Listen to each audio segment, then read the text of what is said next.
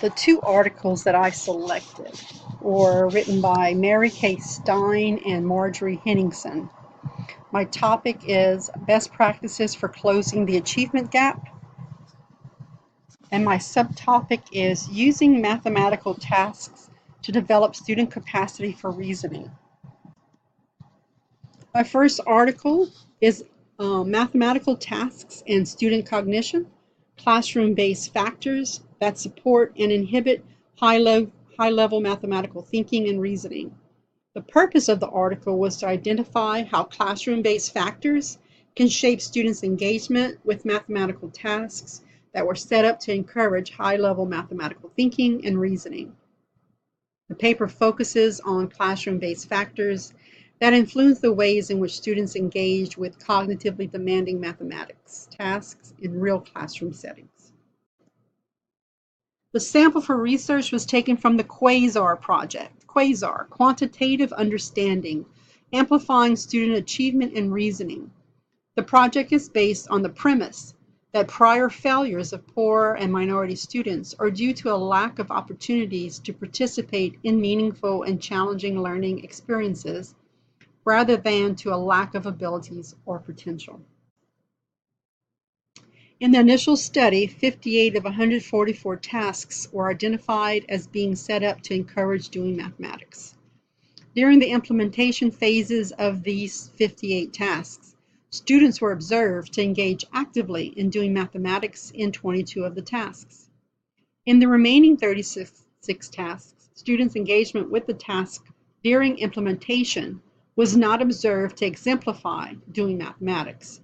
In 8 tasks, students' thinking focused on procedures without connections to underlying meaning.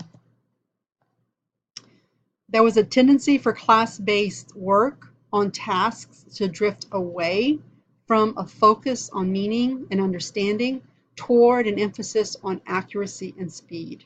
And there was a lack of alignment between task and students' prior knowledge, interest, and motivation.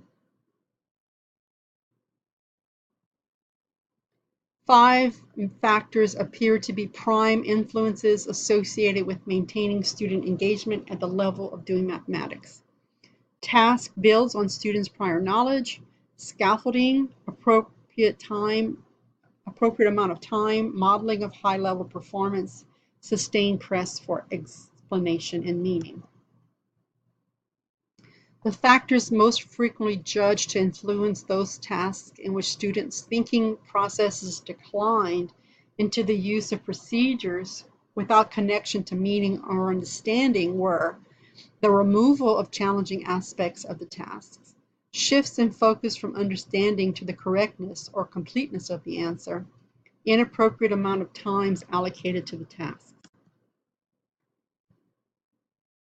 Narrative summaries of classroom observations written by trained and knowledgeable observers form the basis of the data used for analysis.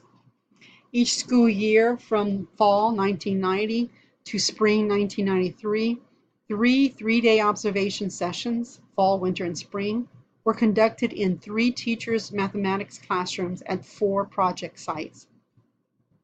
12 observations were selected from each site for each year, resulting in 144 observations overall. These 144 tasks constituted 23% of the entire data pool. And in order to analyze the relationships between the setup and implementation of the features and the cognitive demands of the tasks, 4 matrices were generated. 3 of the matrices organized information related to the setup and implementation versions of questions about solution strategies, representations, and communication. 1 of the matrices organized information related to the setup and implementation versions of the questions about cognitive demands. 5 factors appear to be prime influences associated with maintaining student engagement at the level of doing mathematics. Students' prior knowledge, scaffolding, appropriate amount of time, modeling of high performance, and sustained press for explanation and meaning. These findings suggest that when tasks successfully maintain students' engagement in doing mathematics, These factors would frequently be expected to be in place, supporting that high-level engagement in the tasks. Conclusion, the role of the teachers. Teachers must know their students well in order to make intelligent choices regarding the motivational appeal, difficulty level, and degree of task explicitness needed to move students into the right cognitive and affective space so that high-level thinking can occur and progress can be made on the task. These included factors related to the appropriateness of the task for the students and to supportive actions by the teachers, such as scaffolding and consistently pressing students to provide meaningful explanations or make meaningful connections.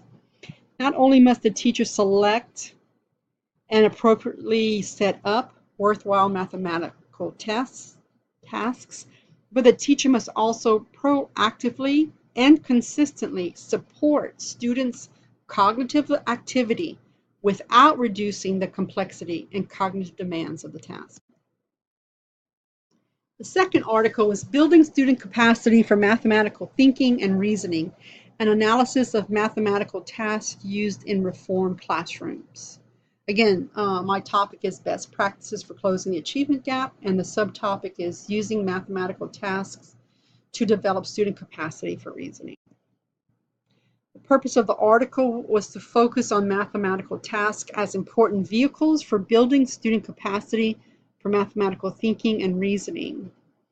And academic tasks serve as the proximal causes of student learning from teaching.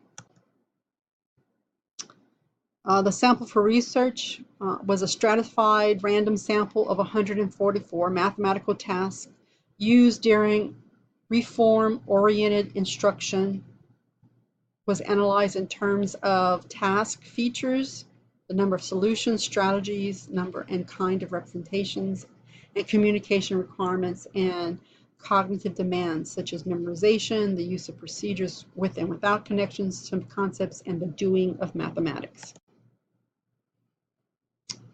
So these two articles were based on the same research, so the qualitative and quantitative data are the same. Major findings. The findings suggest that teachers were selecting and setting up the kinds of tasks that reformers argue should lead to the development of students' thinking capacities.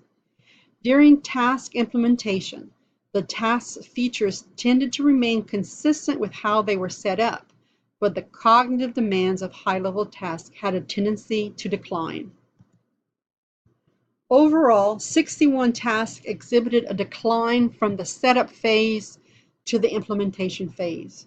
A total of 155 factors was selected across these 61 tasks, meaning that, on average, approximately 2.5 factors were selected as influencing the decline for each task. The factor most often chosen was that the problematic aspect of the task somehow became routinized, and either through students pressing the teacher to reduce task ambiguity and complexity by specifying explicit procedures or steps to perform, or by teachers taking over the challenging aspects of the task and either performing them for the students or telling them how to do them. When proceeded with the appropriate setup, students were found to actually use multiple solution strategies and multiple representations, and to produce explanations and mathematical justifications in the majority of cases. The higher the demands that a task placed on students at the task setup phase, the less likely it was for the task to have been carried out faithfully during the implementation phase. The kinds of tasks that scholars and reformers have suggested as most essential for building students' capacities to think and reason mathematically are the very tasks that students had the most difficulty carrying out in a consistent manner. When proceeded with the appropriate setup, students were found to actually use multiple solution strategies and multiple representations, and to produce explanations and mathematical justifications in the majority of cases. These findings may form the basis for justifying staff development efforts that will help teachers to implement tasks that encourage mathematical reasoning and sense making.